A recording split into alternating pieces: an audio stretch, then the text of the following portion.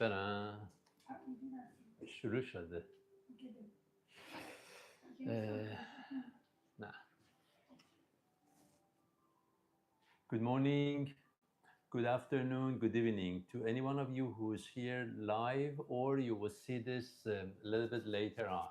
Welcome to another program about evaluation of the toxicity in our planet, as well as our biology, because we are not separated from this planet. Anything that happens out there, it should happen in us too. The same way that whatever that exists out there, it could be found in us too. After all, this human body is made of the stuff which is available on this planet.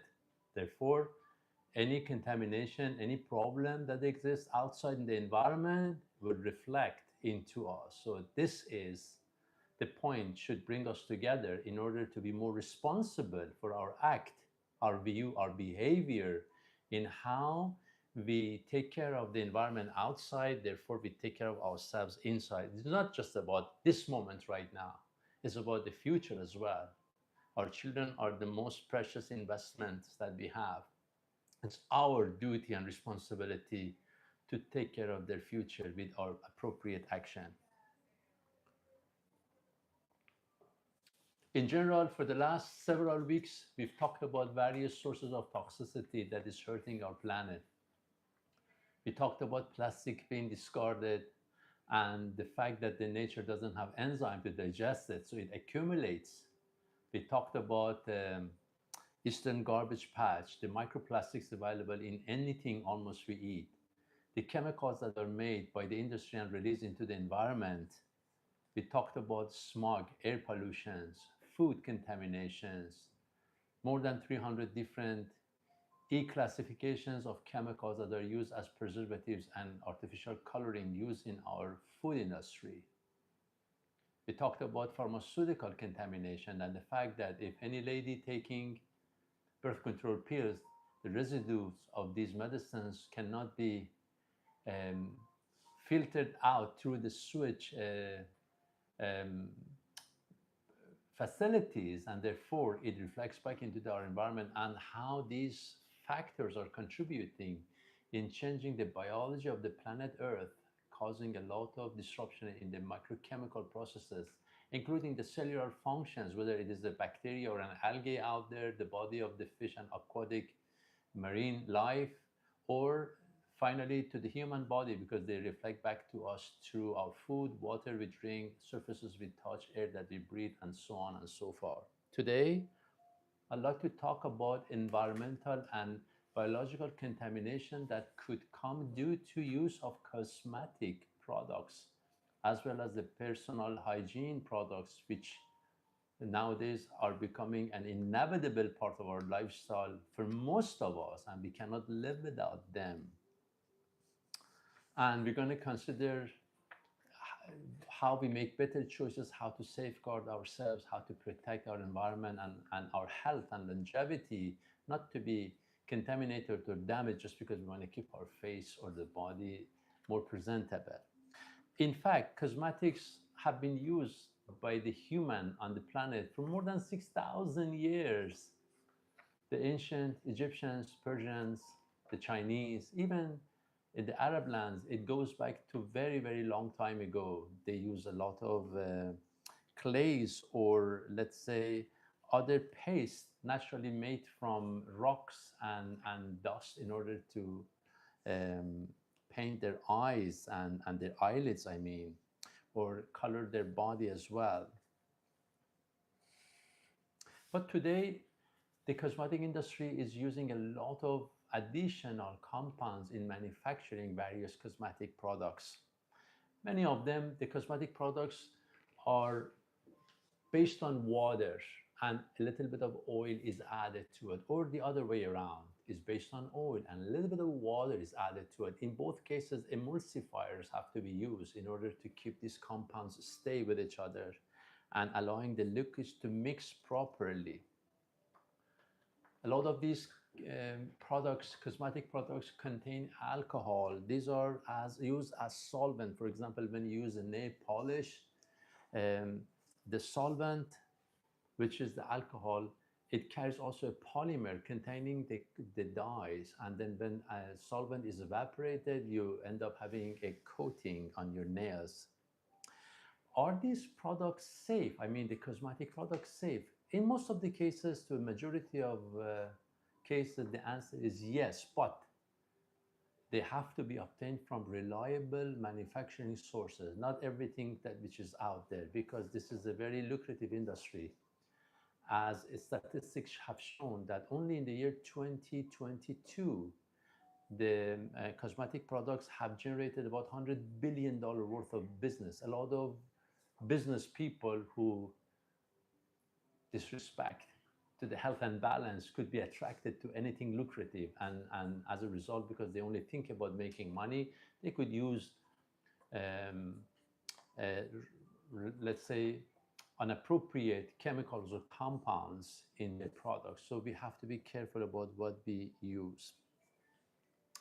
The unrealistic use of cosmetics also has a lot to do with the propaganda through social media and the different standards nowadays about beauty. So, in fact, the statistics also show that the amount of these cosmetic products which is used nowadays in the world is way more than what probably it should be.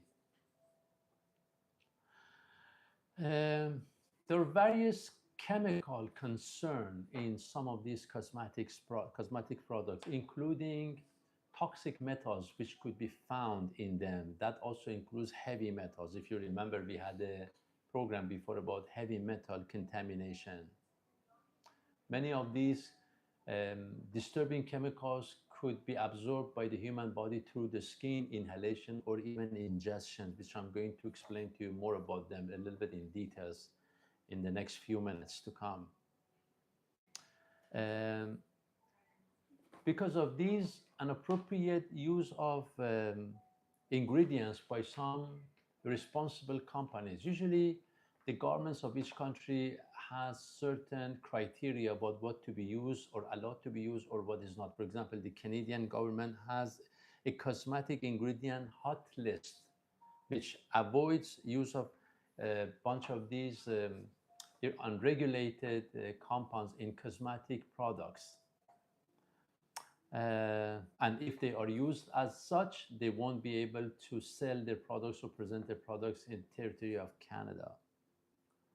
Um, the significant concern about these hazardous substances that may be used in these cosmetic and hygiene, personal hygiene products is due to the leach into the environment, which could harm ultimately the ecosystem of our planet.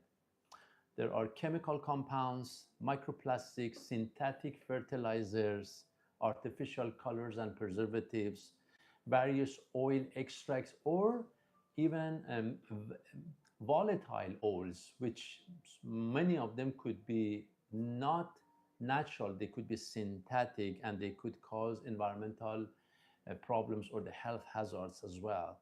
There are animals or herbal extracts in some of these cosmetics or beauty and hygienic products. Many of them are food graded, contain food graded nutrients in them, and so on. So some of them could be really harmful to our health in long term, or of course the environment as well. For example, among the chemicals that are used in cosmetic products, we have a group of them called the parabens. These are hormone disruptive chemicals that could enter the water system and not only changing the aquatic health and life of the animals living in the water, they could also affect the human balance because of this hormone disruptive effect that they have. These parabens and other chemicals like phthalates or phthalates, let's say, and also triclosans, they are mostly used as preservatives, antimicrobials, and to create a better texture and stuff, which we're going to talk about this in just a few minutes. Microplastics are used especially in exfoliants, the products to rub on the skin. And as you know, these microplastics, again, they enter the aquatic life and the health life of the biology of the planet, and therefore they cause a lot of disruption in the integrity of the cells, whether it is a single bacteria, algae, or later on the body of the marine life, and then into the food chain, and causing a lot of hormone disruptive effect as well as the structural problems too, because they mimic hormones. There is also a concern about contaminations by the cosmetic products, which is called eutrophication.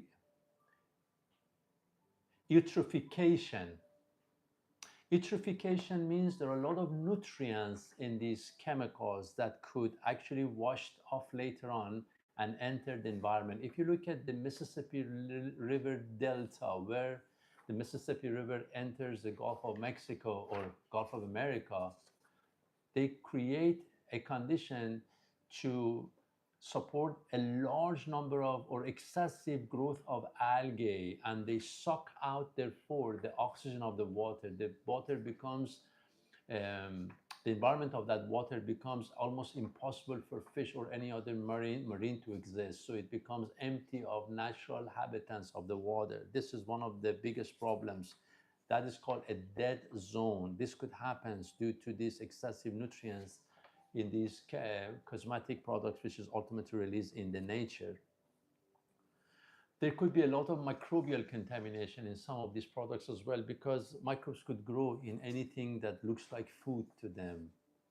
And therefore, they could create contaminations, and therefore they also produce their toxins in the products, which could cause a lot of irritations and sometimes infections and other stuff. Sometimes they, as a result, they get a condition called keratitis, which is the inflammation of the cornea of the eye, or they could actually cause neonatal sepsis, infection in the body of newborn children, usually below age 28 days, because these products could enter their body if mom uses them a lot on her body, or even face, and kissing the children, or touching them, but when the hands carries them anyways. These inflammation usually caused by opportunistic microbes, because as I said, they grow anywhere that there is food available to them, and they take the advantage of this moist environment full of nutrients, and as a result, they create a lot of toxicity in them. We have a problem with sewage issues, sewage treatment plants as well, because wastewater treatment plants may not effectively remove these kind of contaminants from which leak into the water system, and they cause therefore persistent environmental pollution. Especially these are cumulative, they have cumulative effects as well, so by the time they get more and more and more.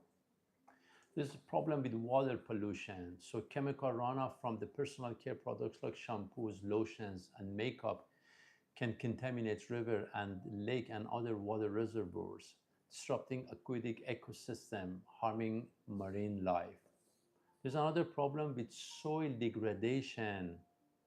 Some of these disposal of toxic chemicals in cosmetic could contribute into this issue, soil degradation, especially causing the long-term damages to the environment. They do this by introducing synthetic fertilizers that are used, for example, on synthetic cotton balls or things like that, which is ultimately washed off into the environment. The chemical compounds, like, as I said, parabens, phthalates, or triclosan, they could cause also water and soil contamination, or even the use of non-biodegradable plastics as microplastics. There's a lot of pesticides and herbicides used during the production of the ingredients used in cosmetics and the personal hygiene products as well, which contribute ultimately into soil degradation as well. There's a problem also with air pollution, especially when the cosmetics are contributing as powder, and they could be inhaled and containing chemicals or metals in them that could disrupt or damage the respiratory line, triggering allergic reactions as well as other respiratory issues. Sometimes there's a lot of or volatile organic compounds, the oil which evaporates, like the perfume that you use on your body. If they are synthetic, they could easily end up contaminating your liver, because anything you inhale, that means the perfume is already there. It has to be picked up by the lymphatic system later on, transferred to the liver to break it into water-soluble compounds. And many of these chemicals could get stuck in the liver, because the liver could either show reactions as allergy to them, or they could become a burden on the livers, in order to um, keep them much more busier with, let's say, breaking them down into smaller pieces in order to be able to excrete them. Sometimes greenhouse gas emissions could be related to the release of some of these chemicals. And as you know, green gas emission has a lot to do with environmental changes, and then unpredictable weather um, changes, and so on. All these little factors together as a whole create bigger problems into the environment. Sometimes solvents are used, and also petroleum-based products in some of these products, pesticides, herbicides, many of them are there. We're going to talk about petroleum problems, the use in the cosmetics a little bit later, and how they affect our skin and our health. The beauty industry, while promoting self-care and aesthetics, often relies on toxic chemicals that far-reaching environmental consequences. So it's very important for us to pay attention to the quality of the products we buy, and look for alternatives as much as possible in order to safeguard our environment.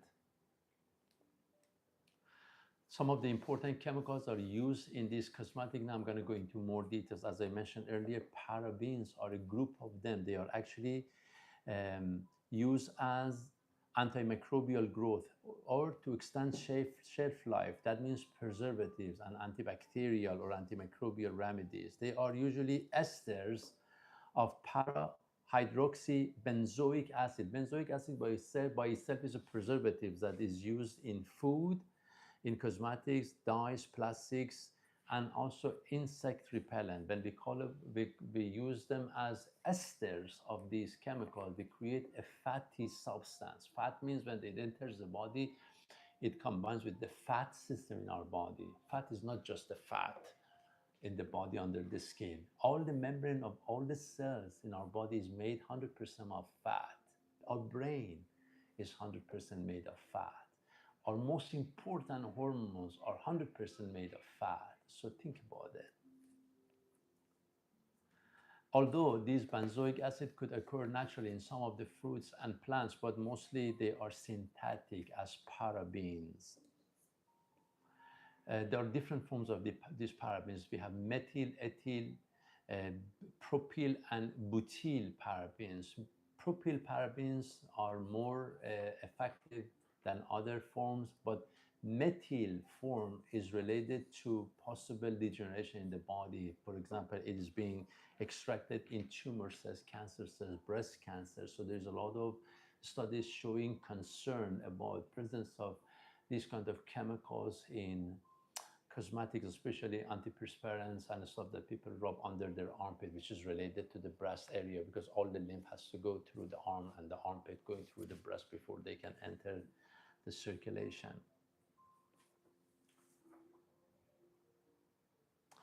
Many of these parabens are found in even daily products that we use. Is more than what you think. In shampoos, lotions, in cosmetics, shaving creams, deodorants, and even some wound ointments. You could see them there. They are found in food and beverages, packaged foods, cereals, candies, jarred foods, beer, and frozen dairy products. In pharmaceutical products also, you could find parabens. That includes creams, ointments, and even some medications. When they enter the body of the microbe, they disrupt the DNA or RNA. Basically, they inhibit their genetic material, they disturb the bacterial membrane, or interfere with the key enzymes. So when they enter the human body, they could act the same, because anyways, our body is also made of a lot of cells, yeah?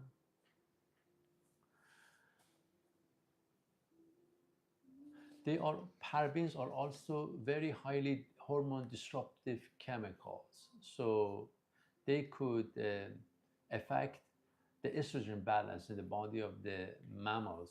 It doesn't matter man, female, or male, and they're detected in human tissues, including breast tissues, which I said earlier. They could raise more concern about possibilities or links to any breast cancer or any degenerative diseases in the reproductive system, or also they could have also some sort of neurological effects.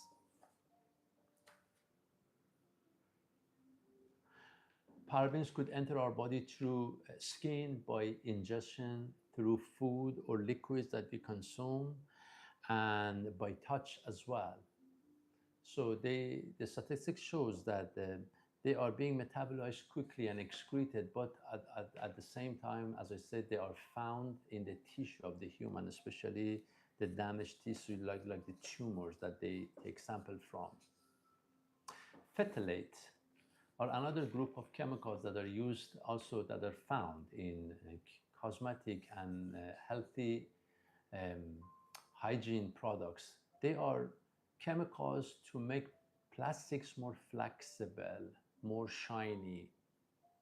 So they are derived from phthalic acid, for, which are used as plasticizers. Even to the hard plastic, when they are added, they make the plastic more flexible. They don't chemically bound they don't chemically bound properly, so it is easy to release into the environment when they're discarded. In a lot of daily products that we use, phthalates are found. For example, in personal care products such as soaps, shampoos, deodorants, and nail polishes. So it's a good idea not to allow your baby girls to use these nail polishes a lot. Not only that, but the solvent and cleaning solvent also is very hazardous to their health as well. In food packaging and storage containers, phthalates are found. So next time, don't put hot food in plastic containers, especially when they are soft. Be very careful. Don't put plastic containers in microwave ovens, which could cause faster release of phthalates and a lot of other chemicals which are harmful to our body. They're found in a lot of medical devices, blood storage bags, in toys and synthetic leathers. Although in some of these chemicals, phthalates are banned to be used in toys, but others are more or less still used. They're found in vinyl flooring, shower curtains, and even garden hoses. They also are very strong chemical disruptive compounds, hormone disruptive compounds, I'm sorry. So think about they could what they could do in male and female. For example, lower sperm count in male, or low vitality or broken sperm, or in female, they could easily cause ovarian reserve reduction, or a negative effect on egg development. So if you are suffering from infertility, you need to fix your environment, your food eating habits, containers that are used, and so on. During the fetal development, during pregnancy, if there is high exposure, they may affect fetal growth and the reproductive development. There are links in elderly and adults to heart diseases, early death, potential cancer risk, and so on. Especially in animal studies, they're proven. They could come into our body through ingestion, inhalation, and dermal absorptions as well. Um, Biomonitoring studies show that nearly all the Americans have phthalate products in their urine. Why Americans? Because most of the studies are done there. But nowadays, in advanced societies, we have these kind of problems almost everywhere. Another group of chemicals found in cosmetics and daily hygiene products we use are called triclosans. These are again antimicrobial and antifungal agents. They work by inhibiting the synthesis of fatty acid in bacteria. Hereby, disrupting their our cellular function. So again, when they enter our body, there's the same problems with our cells as well. They are found in certain toothpaste, soaps, cosmetics, detergents, deodorants, surgical cleaning chemicals or liquids, and also a lot of other household products.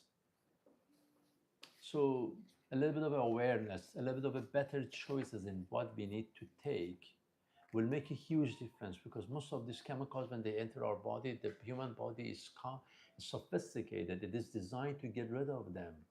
The problem is long-term exposure or unnecessary large amount of exposure at the time, like heating food in plastic containers in microwave, for example. Let's talk about lipsticks, the favorite ones. These are mostly from wax and oils. In majority of the cases, they are natural because the waxes are used are natural, the oils are used are natural. Sometimes there is extracts of, let's say, capsicum in them that could irritate the skin and plump up the skin so it looks much better.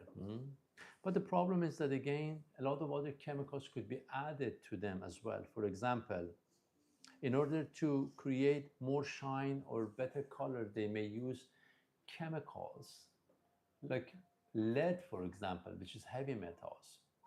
Pigments like carmine red, which creates a bright, deep red pigment derived from a cochineal insect. This is used naturally and widely in cosmetics, food, and art. Or eosine, another color, which is a kind of shade of pink, red, yellowish, or blue.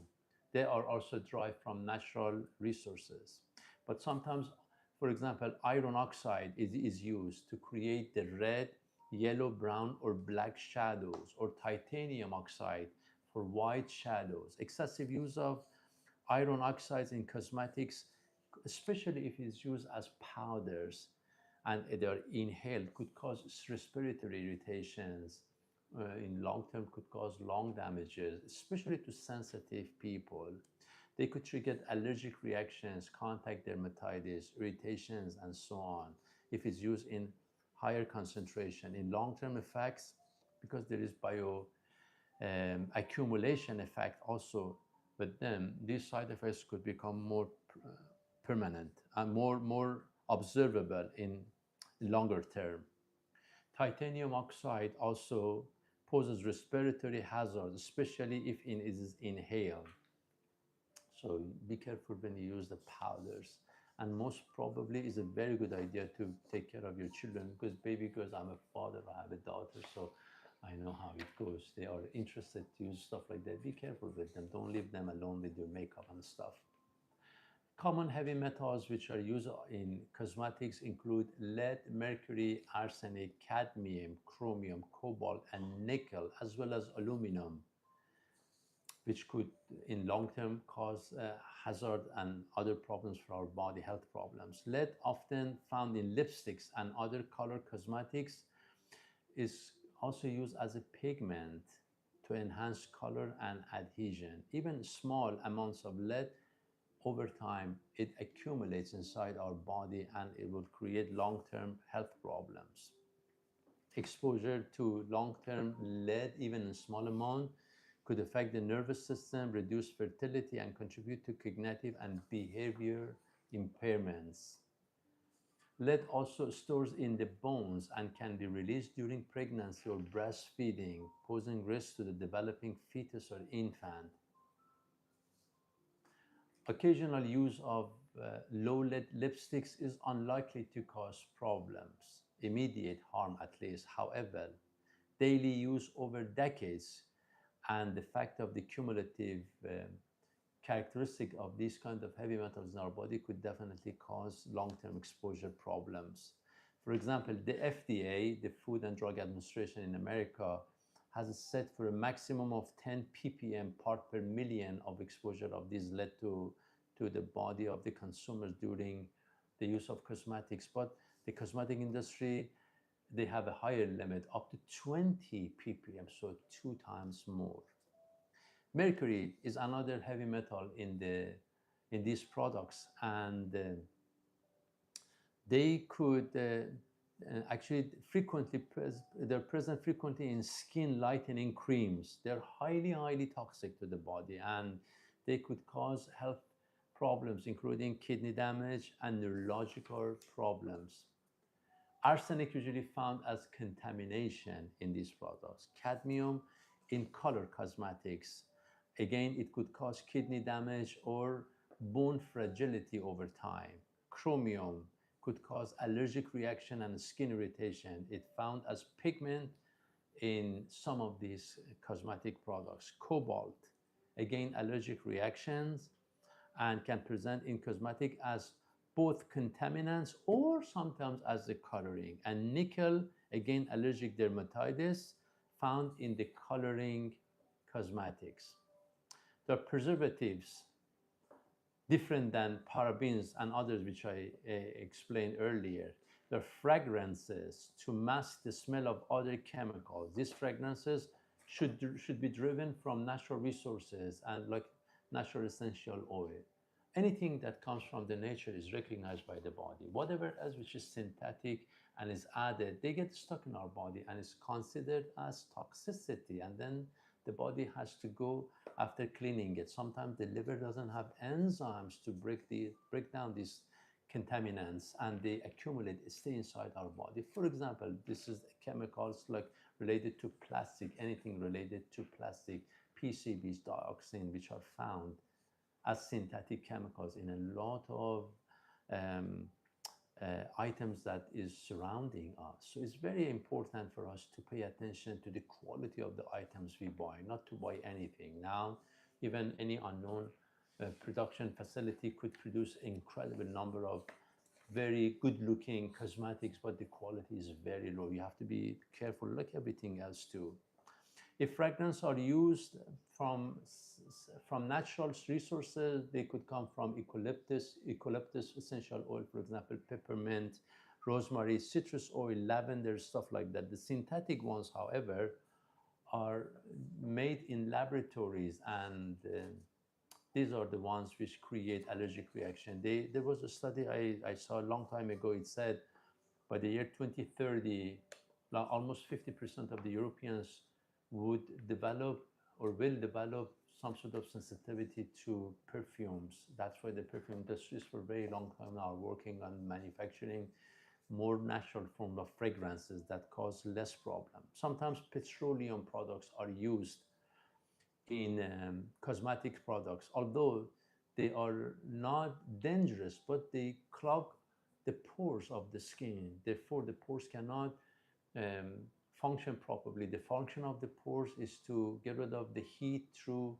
water vapors or communicate with the environment outside of the skin, but they become sealed off, and they create conditions to promote bacteria overgrowth in the sweat glands or in the ducts connected to the fatty glands under the skin, and they promote acne and skin type infections, especially in sensitive people.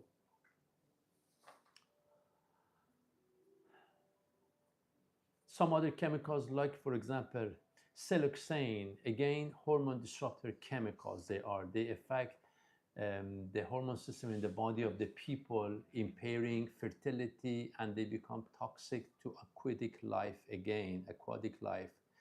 They create respiratory problems, they create persistency, and the potential bioaccumulation would cause other defect in the biochemistry of our body, from hormones to breathing, cellular structures, and so on and so forth. Sometimes other chemicals are used which look normal and natural, but they are not actually. For example, retinol palmitate is used in a lot of facial creams. Although retinol sounds like a precursor of vitamin A, but when they are exposed to the UV, ultraviolet light, they produce a lot of free radicals, and they create sensitivity in the skin, promoting acne and other little problems like more damages to the skin, and they actually become premature aging factors to our skin as well because of the inflammation, irritation, and other problems they create. Ultimately, they could facilitate degeneration. Anytime there is a degeneration for long term, it creates wounds which cannot be healed because they constantly break again. So think about cancer, for example. Um, what else? I think we went through everything. Oh, aluminum. Let's talk about aluminum. A lot of antiperspirant products that people use to stop perspiring or sweating, especially on their armpit, looks fascinating, don't they? But the problem is that the natural function of the body is to perspire. That's how the body can keep itself cool or detox. Many toxins are released by the sweat. If you shut down the sweat system by the use of aluminum because it paralyzes the sweating physiology for a short time, the body it will backfire. It cannot detox itself. It cannot cool down. Additionally, aluminums are toxic to the nerves, as you know, and long-term exposure to these kind of heavy metals, although aluminum is not a heavy metal, but it acts like heavy metal in the body, could definitely cause problems. We find aluminum in antiperspirants, deodorants, lipsticks, toothpaste, and bunch of skincare products. They temporarily block sweat glands, as I said, reducing perspirations, controlling odors, and while aluminum sulfate act as astringent to tighten skin and narrow the pores. Again, when the pores are clogged, then the communication from the skin through the skin will be compromised as well. Lots of information. I'm trying to make it as condensed as possible so you guys don't get tired. But this is the fact. The environment is surrounded with millions of toxic compounds everywhere. Think about the atmosphere of the planet Earth before the Industrial Revolution and today. That doesn't mean that we don't deserve to make advancement in our societies. But with a great power comes a great responsibility. This educational workshops are only to trigger something in people in the audience who may help them to become more aware and take responsibility for their action, for our action, because you, my friend, we are maybe one, but everything we do, everything we think, everything we feel, it affects the collective consciousness. We are changing the direction of the universe. It doesn't matter how large it is at every given moment. So you are really important. If you today make a decision to act a little bit better, the whole world will be a better place just because of your action. So you are important. Appreciate the moment that you're experiencing this amazing life, even if sometimes it could get hard, knowing that you are here for a purpose, and this is to educate yourself, to learn about the truth so that you can change the future for everybody else to come. Thank you so much for listening to this workshop and being here. I really appreciate your presence. If you think some other friends of yours may be interested to know about these things more, share the videos with them. Send comments if you want to participate. I would be more than happy to bring you in to answer your question. This is supposed to be an interactive program, but we started recently and it will take time for these words to spread around. Anyways, I thank you again for your time, and I would love to see you in our next episode, next coming weeks, to talk continuously about the contamination of our world and what we can do to alleviate that. Until next time.